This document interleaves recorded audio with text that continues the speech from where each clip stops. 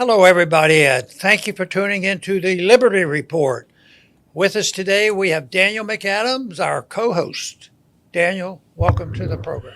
Good morning, Dr. Paul. How are you this morning? Doing well. Good. Keeping my eyes and ears open, though. A lot Yeah. of politicking going on. There is a lot. And we have an activist president, if you haven't noticed. He does a lot of stuff. Hyperactivist. He reverses a lot of stuff. Yeah. You better be on your toes. Exactly. But I'm not watching him today as closely as I'm watching a very special meeting that goes on, every 3 or 4 months, and that's the Fed meeting. The Fed. Because the Fed is made up of people who are very, very confident of their ability. They are geniuses because they claim, at least they claim they're a genius, that they know what interest rates should be. So they meet every once in a while to get together and hash it over and then make a prediction that is very ambivalent. You can't figure out what it is. It doesn't mean a whole lot. But they're having the meeting today, and tomorrow they're going to announce what the interest rates are going to do. Should they raise the interest rates or lower the interest rate? Quite frankly, I don't think it matters because the marketplace has a lot to say about what real interest rates are, what people will pay to borrow money. So that's something that is affecting the markets today, and there are a lot of other reasons for gold to be affected. But when the Fed meets, the gold price bounces all over the place. So as we speak, the gold price is up about $60 plus, and they're anticipating that the Fed is going to say something that's not going to solve all the problems that we have. And the significant events that people should continue to look at if they're worried about the future of gold is, are there any deficits? What are they going to do to deficits? I hear they're going to cut the deficit down. And there's some other people like me, we're skeptical. We're not going to see the deficit shrink. We're certainly not going to see the debt shrink. So some of the incentives, or most of the incentive for the printing of money and devaluing the dollar, which means the gold price ratio goes up. And there's a lot of fighting over the budget in the Congress. A lot of sincere people, but it seems like the age of Doge is over. It's good, and some good things will come of it, but they're not talking too much about that. But then there'll be these fights over how well I have to cut something for the people. Yeah. So, but they've had an agreement. The Democrats and the Republicans have come together. Don't touch one penny of the military budget. That's right, yeah. And on it goes. And so the politics is very powerful, and that represents, the lobbyists in Washington. They happen to have a very powerful lobby, and they have a lot to say about it. So they'll be around, and that's why it's up in the air. And yet it's bouncing around. I marvel at the fact that how easy we adopt to this. Over $3,000, $3,300. And there were times over the many decades that I watched this, gold would double or triple. At the beginning, it went up like sixfold, sevenfold.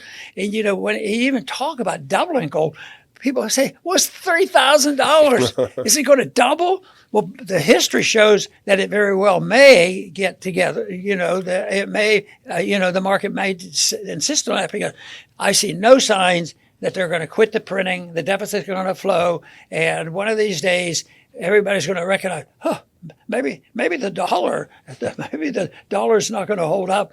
So I think that's why there's anxiety, but I think that's going to increase. So tomorrow there's going to be an announcement. It's conceivable that they'll come up with something that says, oh, no, there's going to be an attack on gold, and we better get out for a while, and gold goes on. My bet is I've bought gold since 1973. I'm not selling. So that's it. And that to me is an important meeting, but it's on and on. Nobody ever learns anything. The people who know the truth, don't bother with this nonsense. And the people the people who are orchestrating the propaganda, they know the truth, but their job is to deceive people into believing that the Federal Reserve note is equivalent to a hard currency, which is obviously not the case. But we want to go back to some foreign policy today, and I want to talk about Gaza, because it makes me sick. Yeah, it's terrible. Israel approves plans to occupy Gaza, control aid distribution, and there's so many bad stories. I hope those were mistakes, but they're horrible stories. And then I said accidents to happen, but there's too many people who say some of these hospitals being hit and food distribution and children being killed. I just don't want to believe that. Yeah. And there's accidents in war, but this one is not adding up. So if any part of this is true, and under the very dangerous conditions that Israel faces, living in the land where they don't have a lot of close friends around them, they're going to have to wonder what will happen, and that is a big question, because I sense that some of this stuff showing a strength, that they're showing, and they are strong, and they are capable, and they've won wars over there against quite a few countries all at once. And so the Israelis will fight for it, but this seems to be a little bit different to me. It's more aggressive. Either the enemies has built up, because they used to talk about a war in the Middle East. Oh, the 6-Day War. Yeah, we remember that. And Israel was able to gain more land and win the war, so to speak. But I think this one is different. Just like we can't predict what the Fed's going to say tomorrow, we can sort of anticipate what's going to happen in the Middle East. I do not see a easy, gentle answer to the problems that everybody faces there. Yeah, well, Israel's just saying out loud what everyone's known for months at least, which is that they want to completely occupy and flatten Gaza and get rid of all the people that live there. And it feeds conspiracy theories, which are probably true, which is that this has nothing to do with October 7th, the attack that Hamas did on Israel. And this was the plan all along. A lot of people say, well, you could hear a flea. That's how it surveilled Gaza was before. How did they not respond for 7 hours and let all this stuff happen? And then when they did respond, the Samson option, I guess it was, or what's the other one called, where they are killing their own people, was obviously a pretext for what's happening. Now put up this first link. Now this is Dave DeCamp at antiwar.com. Wrote this summary of what's happening. They've just announced it. They said we're gonna occupy the whole place. The Israeli government has approved plans to expand the genocidal war on Gaza that Israeli officials say will lead to the full Israeli military occupation of Palestinian territory.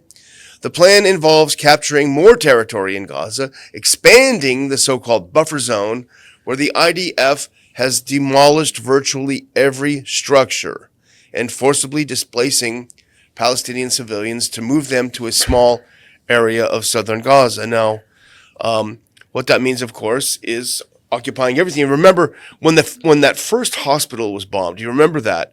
And it was outrageous. How dare anyone suggest that they did it on purpose?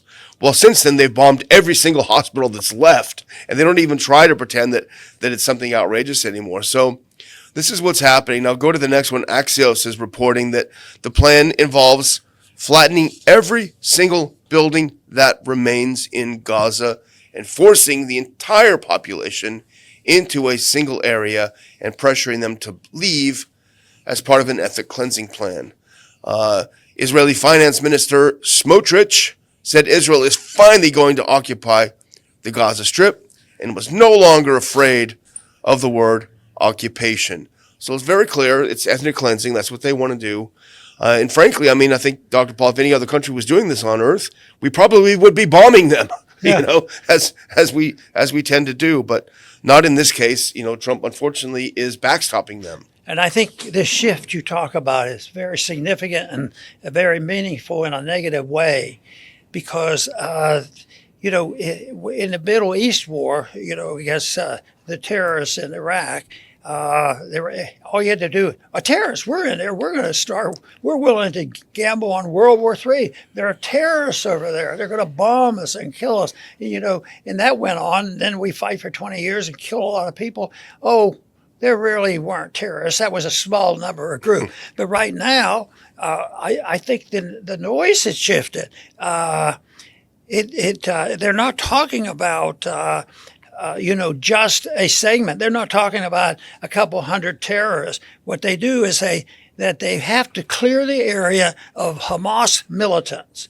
You know what a militant must be, and that must be somebody that's defending his home and trying to save his kids. So that to me is bad news, and just think of the chanting and the complaining about lack of due process for the January 6th demonstrators, and some of them got arrested and been in prison, probably still facing some things. Of course, Trump, I'm hoping he'll clean that mess up. Yeah. But if these are the militants or if they're the terrorists, is there any indication that what we have to take care of?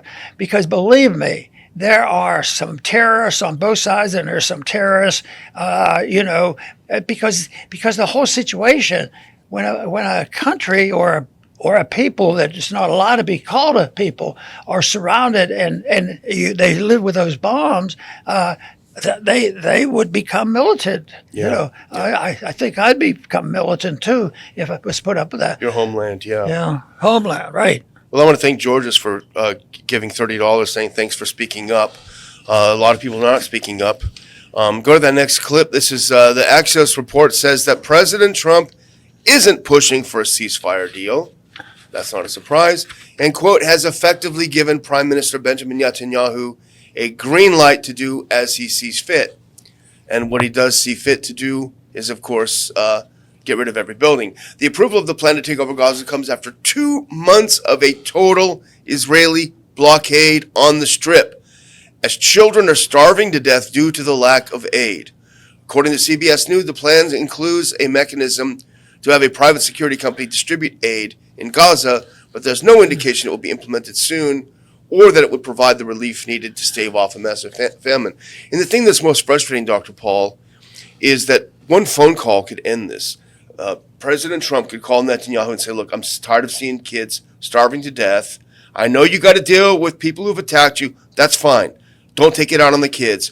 If you don't end the siege of the aid right now, all of our aid to you will end. That would finish it. It just would take a phone call, and it wouldn't make Israel any less secure to give a kid a meal than they are now. Well, when your statement gets passed on to the president, get ready. He'll be calling you and checking you out if you can organize that. So, well, you know what's sick, Dr. Paul? And I put this up because I saw it last night and I couldn't believe it. This is a member of the United States House of Representatives. He was just elected, and I think in a by-election in Florida. Maybe he was elected in November. Randy Fine. Randy Fine is actually laughing and encouraging the starvation. Put this up, Representative Fine from Florida. He says, hey, Muslim terrorists, cry harder. And then he uses the hashtag, starve away. Starve away. I love blocking Muslim terrorists. They clearly aren't too hungry. Keep on starving, he said. So much for the religion of peace. This is a member of the United States House of Representatives laughing and mocking people who are starving to death. Go to the next one. This is Randy Fine. This is the member of the U.S. House of Representatives. And sadly, I have to say, Dr. Paul, I looked it up. He was endorsed by the National Right to Life Committee, right? Right to life. And here's the people who he's laughing and mocking. And I hate to do this, but I'm going to put up this little girl. Very heartbreaking. She's starving to death, and she's looking at a picture of herself back when she was not starving to death. And she said, the thing I miss most is my hair. Very, very sad. And this is the person that Randy Fine is laughing at and mocking, saying starve harder. So we clearly have a problem here in the United States as well. You know, where there's irony, and I'm not going to accuse or think I know exactly what religion people follow, but the term Christian nation is frequently used, and it shouldn't have any legal meaning, but if you right to life, it's most likely that he's been exposed at least to what Christians think. So this would be not very much following that type of tradition. And it makes it sadder when they take this pretense and they turn it, and it's back to this thing. They're not people. They're not a people, and we've talked about that. They're not killing people. Yeah. And they're not a people per se. They don't have rights. This is so sad. And that's what Hitler did. He demonized Jews and said they're not really a people, they're just animals, and that's how he justified killing them. You think that they would know better, and thankfully, we talked about it yesterday, but not on the show, thankfully there are thousands and millions of Jewish people in the world who do not agree with this. I think hundreds of them signed a letter. We were going to talk about it yesterday, we wouldn't have time. Hundreds of them, rabbis. Yes, and we're all Jewish groups. Yeah. And you saw the page on the New York Post. Yeah, that's right. Yeah. The New York Post, and because you know what, they have won the battle to intimidate. If you are, pro-life and you don't like these wars, into saying, "Oh, you're anti-Semitic," and that goes on in the universities. Yeah. Just think of how they try to kick people out of school, and even our own government uses it as a weapon to cancel out the First Amendment. Say, "Oh, you can't say that. We're not going to send you any more money. The money's to bribe you to do what we tell you to do, and you can't come along here and say that both sides have to be looked at. Look at both sides of the argument." So all we can do is, give our little voice out there, and maybe someone will hear it. And thankfully, there are the Jewish groups that are speaking out, and they certainly don't want to have this in their name. Who would? No normal person would want it. There might be 50. I don't know how many, but at least more than 10 different groups that were well-known Jewish groups. Yeah. And they were saying enough is enough. Yeah. So, well, the second story we want to cover is sort of related, and it's about a bill that was supposed to go onto the floor yesterday. It was the expansion of the anti-boycott bill, that it would expand it to include a boycott that was endorsed by international organizations. Put the next one up. Reason Magazine, we don't cite very often, but they have a good article about this, and it says, should sharing information about Israeli businesses get you 20 years in prison? Now, that caught our attention, but what it is a bill that was written by Lawler, his name is, a U.S. representative, that would have, go to the next one now, would have sent Americans to prison. Now, I like the way they start this. This is what caught my attention too, Dr. Paul. Boycotting foreign countries is an American tradition older than the United States. The Boston Tea Party that preceded the American Revolution came at the tail end of a boycott campaign against British goods. But since the 70s, the U.S. government has tried to stop Americans from participating in unauthorized foreign boycotts. That's a great opener, because that's part of our tradition is boycotting. They want to make it illegal, but this international governmental organization Anti-Boycott Act that they put up on the suspension calendar for Monday, and Reason rightly points out the most draconian measure of its kind. It would impose a maximum 20-year prison sentence or a $1 million fine for complying with international human rights sanctions against a U.S. ally, including, and I highlighted this, by furnishing information.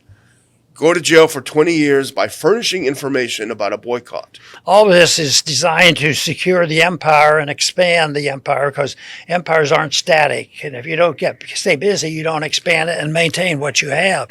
And that's what they do. They have to intimidate these people and scare them to death. And this is the reason why I think it's very difficult to attack, because they grab the emotions of it all.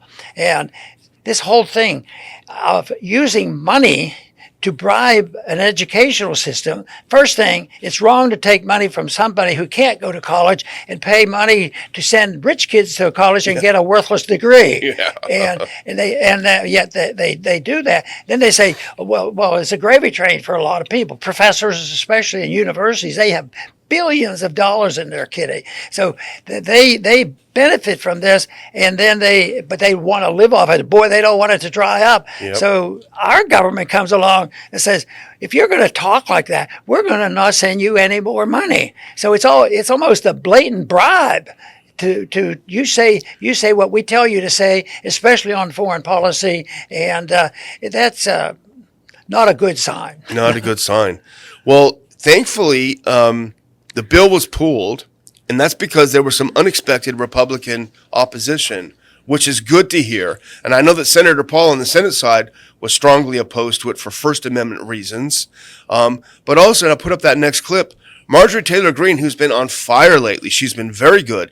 She's very pro-Israel in the House, but she also understands the meaning of America first. If we can put that next clip up, here's what Marjorie Taylor Greene said. Now here is sort of an assessment of the bill. The House will vote Monday on H.R. 867, the IGO Anti-Boycott Act, sponsored by Representative Mike Lawler. Look him up.